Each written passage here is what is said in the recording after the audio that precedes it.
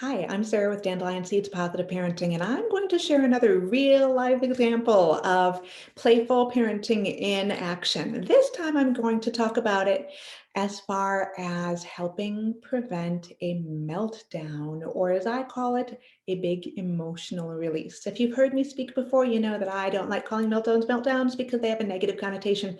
Whereas when kids get those big feelings out, it's actually really healthy. So I call it an emotional release.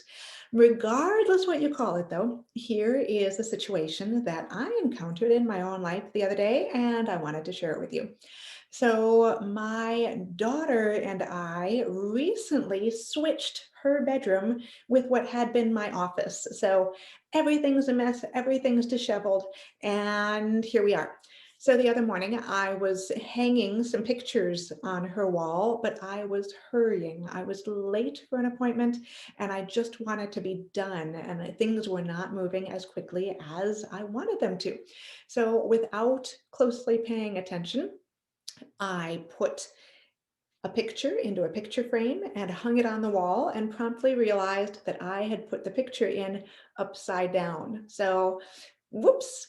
Anyway, she looked at me, and as 7-year-olds sometimes do, she assumed that I was planning to leave it that way. Well, of course, I wasn't going to leave her picture upside down, but she started wobbling a little bit emotionally and wanted me to fix it right away. And she wouldn't have it that way. And she didn't want an upside down picture. And I noticed that we were on the cusp of a big emotional release. She had already been picking up my stress of my having been running late, and this didn't help anything. So I realized I had two options. She was, as I said, kind of teetering on the edge of this emotional release. And I thought, I could either feed into it by saying, I don't have time to fix it right now. I really need to go. Just we'll deal with it later, which, as we all know as parents, is the quickest way to escalate a situation. Of course, she would have gotten more upset, and then everything would have unraveled before our very eyes. Instead, knowing my child as I do, I thought here is an opportunity where she is not quite at emotional release point. I think this is still salvageable. So what I did is I scooped her up, picked her up upside down, put her over my shoulder, and next thing you know, I have an upside down 55-pound child on my shoulder.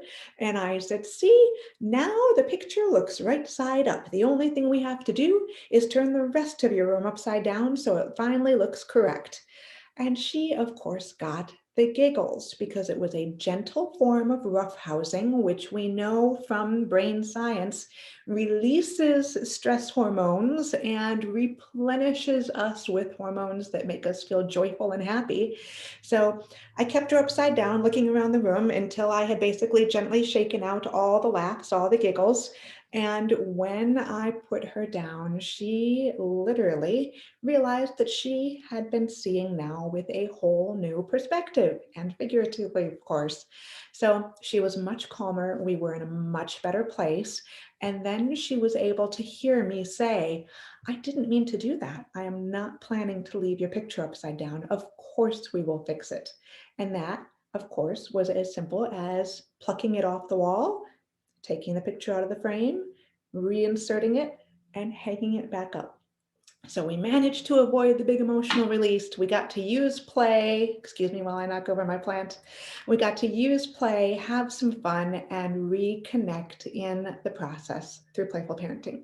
So hope this helps if you find yourself or your child teetering on a point of no return, knowing there actually is a way to turn it around. See you again soon.